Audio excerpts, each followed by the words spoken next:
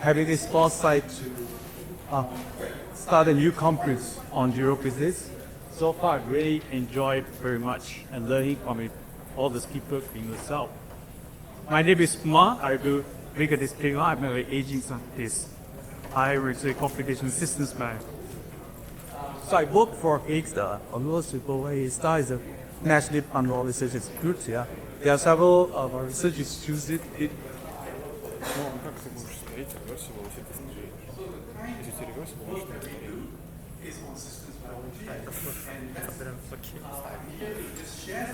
Stuff that we've come so far.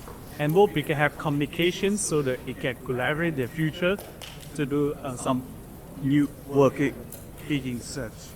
So before that, I just want to give a background to myself. I was a graduate in aerospace when I was young. And in aerospace engineering, we know the Navier-Stokes equation is like a grand rejuvenation in aerospace. People actually started by Navier and completed with Stokes. So this theory, which is summarized here, many years to develop, and it was finally completed in around given systems. That's almost 200 years ago. But this theory is pinnacle for aerospace engineering. It's actually combining the laws of physics, just simple Newtonian physics that you study E levels, high school. Putting this law of energy, mass, and conservation together, you derive this Navier-Stokes equation, and then this led in the 1950s to the development of fluid computational model in silico, which is now called digital tree. So if you look at the history, the first slide by Wright brothers, this was development. But the kinds of theory was there, but it was not effectively used because it was still native. And the Wright brothers claimed that 59 seconds or 273, and it was very stochastic. Every flight was different, right? And over the years, science and engineering improved. As in 1950s, came computers. We were now able to, design a plane in silico and apply this again to the addition, make all situations, and then you can then create the final slide and test.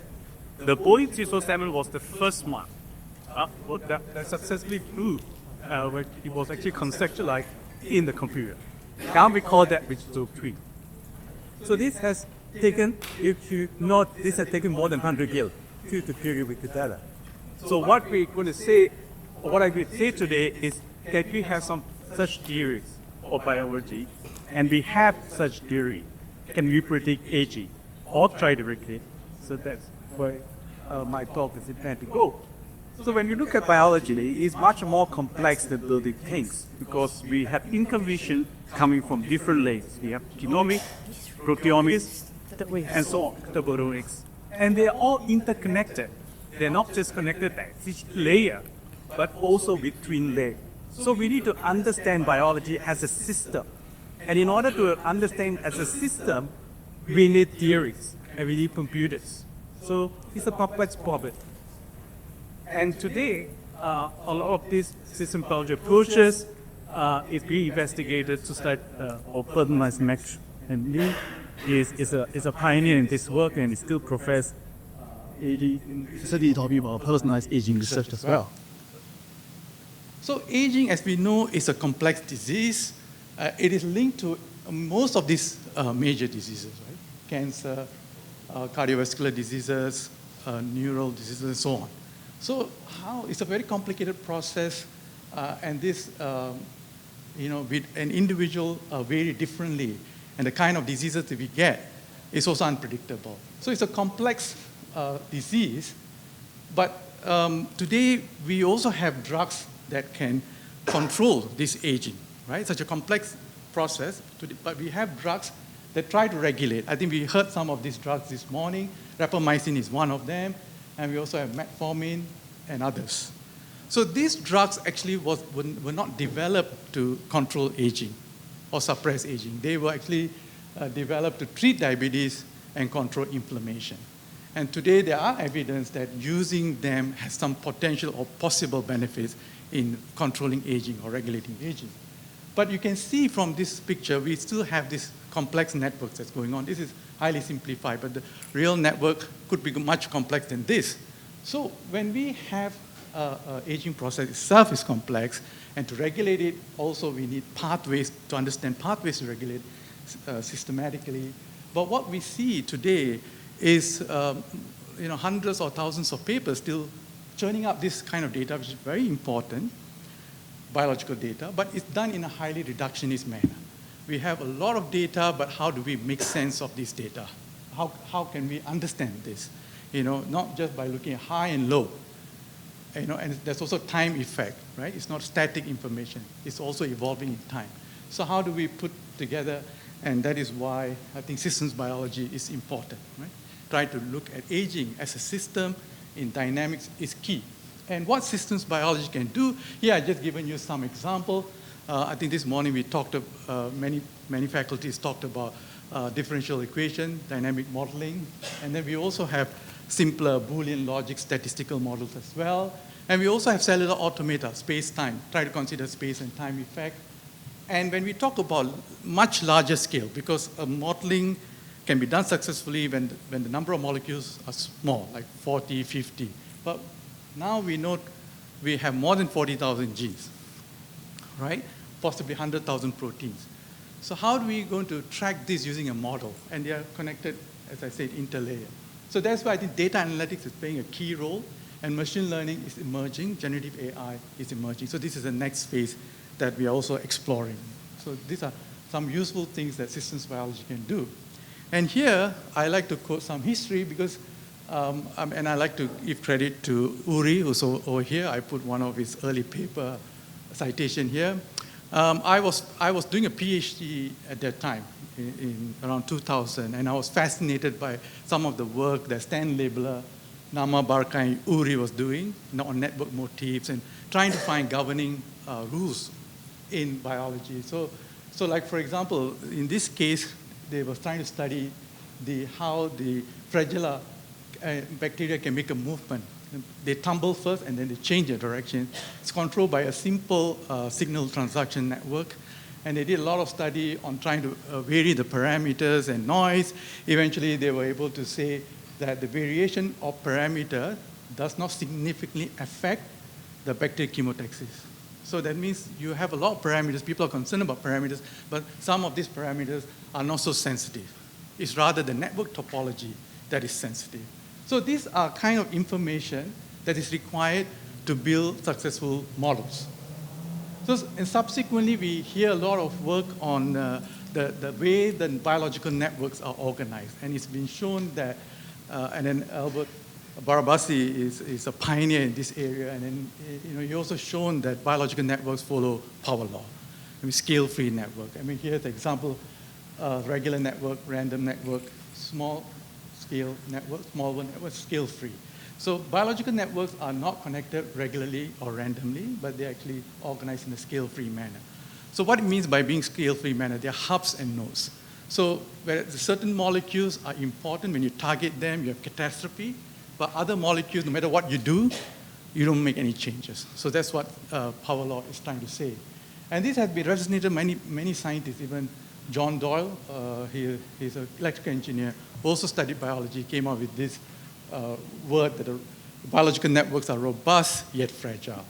Right? So that means you randomly target some molecules, you don't see much effect, but you're able to find certain molecules, you hit them or you mutate them, you have significant effect. So that's basically power law. So how can we use such information? So we are starting to see some organizing principle in biological networks. And will they help, like how aeronautics succeeded? Can we use such information to create models that are really useful and not for the sake of building models, but models should be predictive. So here's an example from our own lab. We were interested to study TNF signaling. It's also involved in aging. So it's part of inflammatory pathway. So inflammation is increased when your TNF levels are high. So this is the known signaling pathway for TNF. So in this case, we want to regulate inflammation. We want to find a target that will suppress inflammation, but not abolish. Because we abolish inflammation, we are vulnerable to diseases. So we need to carefully control. So we cannot send a drug that actually abolishes TNF signaling, because we need it. But how can we modulate in a more careful manner? So we created an initial model, and we used literature information at that time to fit the model so that we have the network and the parameters that are reasonably well. Then we use this model to make all the in silico knockout, because knocking out experimentally takes time, a lot of money, and sometimes not possible. So we do all this in silico knockout. To cut a long story short, so we found that RIP1 is the key molecule to regulate TNF safely. That means we don't abolish, at the same time regulate safely. And then we did experiments on mouse cells, and we've proven that TNF indeed regulate inflammation quite well.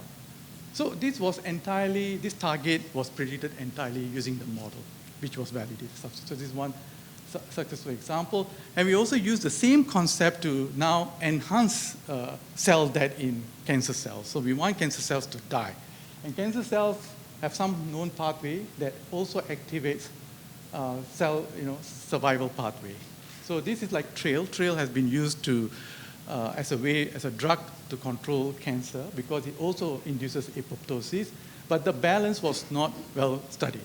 So most of the time, TRAIL induces survival. In some cases, they induce apoptosis. So we, again, created a model. But when we create the model, in order to fit the model to all these different conditions, that means we have one model, not just for wild type. The same model should fit for different knockouts that's available. So we have 4 other knockouts available. And in order to make one model work for all knockouts, we need to add these theoretical additions, theoretical pathways. So these were predicted by the model, novel topological modification required for TRAIL. And then once we built this, we had new molecules, Y and Z, and later on we predicted Z to be a PKC family member, with protein kinase C, and then we did experiments to regulate PKC, and eventually we proved that, yes, knocking out PKC of Z here enhances apoptosis by 95% instead of TRAIL, which was just 40%. And then recently we used the same story now to biotechnological application. So from TNF to TRAIL, TLR also we studied. This is for more like increasing the amount of limonene by engineered E. coli. So here we have E. coli. This was done in ASTA, engineered to produce limonene. That means your bacteria can now produce limonene, but it's not optimal. So we use this modeling approach to then find where are the bottlenecks. And then with this bottleneck, predicted bottleneck, we did actual experiments and proved the titer yield increased significantly between 8 to 11-fold. Again, so a dynamic model making in silico simulation can help us to identify key target for enhancement. Okay, so life is not so stable or so linear, right? We have non-linearities, and some of the speakers this morning talked about some of these issues, entropy, things like that, right? Stability, instability. So you can take this example, right? The cell differentiation process, is stably going here, and then after that, it can diversify. And if you look at this picture taken from Edward Lawrence, the father of chaos theory, so he used this example of a skier who each day on a gully can end up in a different trajectory. Same route, but some error, end up in different trajectory. So you can consider health as the same way. So you have a trajectory for healthy aging, but then you can have some noise instability that happens that causes us to have either cancer, rheumatoid arthritis, diabetes, and so on. So what are these kind of instabilities within the biological system that we need to understand? So again, here I want to connect that to this idea of attractors. So attractor is where a system tends to go towards, right? So it's like a gravity. So the cell differentiation will have a clear trajectory. Say this cell is going in a certain time, over a period of time goes to this cell type. And then if something happens, it can move to another attractor, right? So that's why I was asking Jan about this question, And we studied that, so how the stable trajectory can suddenly become unstable and then move to another attractor, and that can lead to diseases or even death, right? So we use a transcriptomics data And then we use mutual information, which has an entropy component as well as a Pearson correlation. We make a density plot. This is time series transcriptomic data of neutrophil differentiation. And we can see this kind of picture where it looks like the same like a slope, like a gravity, right? And then we also track the genes that goes into the attractor. So these are, we call it attractor genes. And here I give you one example on E. coli. So we did the same thing. We want to understand which genes are responsible for the state transition of E. coli from anaerobic to aerobic. So we use this attractor concept, and then we want to find genes. These are not necessarily DE genes. These are genes that are temporally regulating towards the attractor state, right? Going into the attractor, the 2D or the 3D plot here. So we were able to differentiate between like the 4,000 genes in E. coli. We found about 1,800 go into the attractor. Rest of them, they don't go. So we call them attractor genes, and they are temporally, they don't have the same temporal regulation. They are all, they can be clustered into like 6 groups, temporal groups of genes. And when we look at the function, we picked up many common functions and several novel functions as well. I don't have time to talk about details, but we can discuss. More recently, as I said, we are now dealing with multi-dimensional, high-dimensional data. It's good that the omics technology has gone so far. So we have information coming at DNA level, RNA level, and so on. So in this case, we have recently developed a machine learning model. That means for each modality, right, it takes the key features and try to find connection between them automatically using the machine learning method. And why is this important? Now we can find patient-centric. For each individual patient, we can find what are the biomarkers, you can call it. In this case, we were looking at genes or molecules, right, that are resistant to a certain drug. So because this data, we have 147 patients be divided into patients that respond very well, patients that don't respond, and patients partially respond. So we can then find for each cluster of patients at a multi-model level, what are the molecules that are differentially regulated, right? So not looking at one layer, but across the layer, thousands of molecules. So recent work. And right now, we are also exploring generative AI to generate synthetic data, and also process-driven models to generate also synthetic data. I'll just stick to this one on the left. The work is currently almost done. So here we have taken cancer cells, for example. We can do any cells. We study the statistical pattern of those cells and then use a transcriptional model, integrate those two statistics and physics, and then generate synthetic data that try to match the real data. So we have like 20,000 genes here.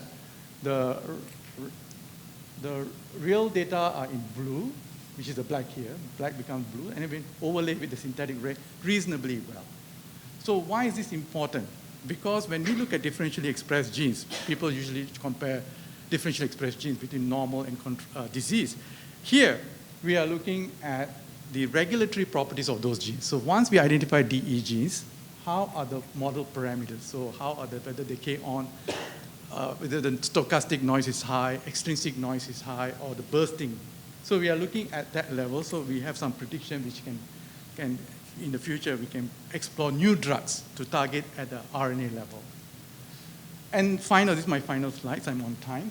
So what is the main message? So I have nothing much to talk about aging today. Please forgive me for that. But where are we moving from here, from now? So we are getting information at different levels of biology, right? Living system. So some of the methods I've shown, not all. Right? These methods can be put together to create a digital twin. Like how I showed you in the beginning about Boeing 777 digital twin. It took 125 years or so to build that. And I hope that one day, I don't know how many years, this biology is more complex, one day we will create a digital twin of each one of us, and then we can control our aging. Thank you very much for listening.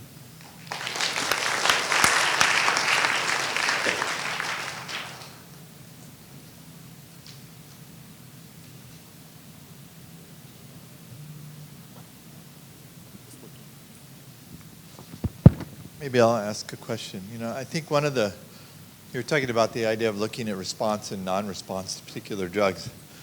And one of the challenges with that is that there may be many reasons, different mechanisms by which people don't respond to drugs. So what kind of sample size really allows you to tease out, the variation that comes the from variation? external. And yes, because if we are looking at molecular variation. I mean, we're taking molecular information and find the variation between the different groups. Yeah. But if the non-responsive group is composed of 3 different groups, how do you distinguish that? The response and non-response group actually, in our work, we took this information from a medical group in Cambridge. Yeah. So they make the decision which patient respond, which patient partially. So we use this information, then we look at their multimodal information. Yeah. And then we use the machine learning to pick up, what are the key differences between the different groups. Yeah, I understand that. I think my question, though, is the different groups may not be homogeneous. Yes. So especially the non-responding group might be really 3 groups. They're not responding. Yes. But they may be not responding for different reasons. And so looking for commonalities, is that, well, you want to further, can you look for subgroups or? So we can further do subgrouping if we have enough high-resolution data. Yes. I mean, it's possible, but we need more data. And so the point is, once you have a group, you have an average information for that group. Yeah. So your question is, how can we further divide that group, right? So in this case, we have 147 patients, but if you have 1,000, right, then we may have more groups. So I'm kind of asking, because for aging, there's a big debate about how much data do we need to really do this, and I think for every intervention in aging, there's going to be responders and non-responders, and we haven't really even. Well, that's not true. Some people are doing research on it, but I don't think we have a good feel for how to personalize interventions in aging at all yet. So it's. I mean, when we talk about, let me just add, I know in interest of time, but when we talk about personalized medicine, we are not actually talking about very personalized, right? Yeah. It's still about grouping. Yeah. So whether that group is robust or not, right? That depends on how much more data you have. The more, the better. But with the limited data, it is still better than giving one drug to everybody. Yeah. Right? It's still progress.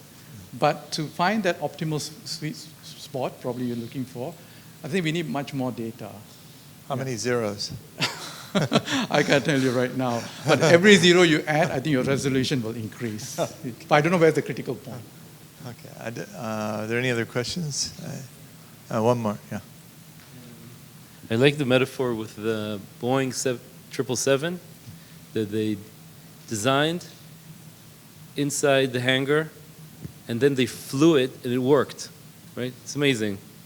So can you, if thinking like more on the social or systemic side, from Wright brothers to that, several things happened, right, in academia and in industry, and then it was an industrial achievement, if I'm correct. So from that historical metaphor, what do you think should happen in order to achieve digital twin? It will be an academic thing, an industrial thing, a Manhattan project. What would it be? I mean, I know, very nice question. I don't want to say I know the answer for that, but I think clearly academic progress is needed, isn't it, for just curiosity's sake.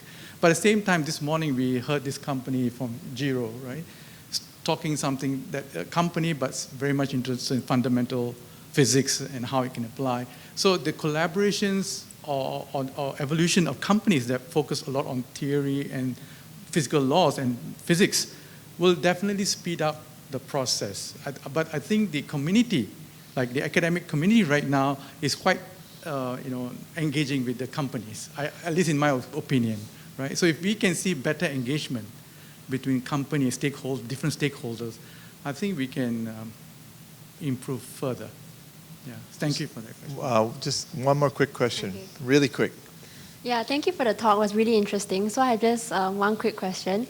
Just curious, how far do you think we are away from the what you call the personalized, that digital twin thing? Yeah, many people have asked me this question, but honestly, I don't have an accurate answer for that. So I would say that that is probably a dream. But I give you the example of the 777 because dream came true after about 150 years or so. So when we talk about biology, it's much more complex. But of course, our knowledge has increased, computing have increased, and now we are bringing machine learning coming in, right? So I wouldn't say we need another 150 years, but perhaps another 50 years? Okay, thank you. Okay, thank you. Thank you.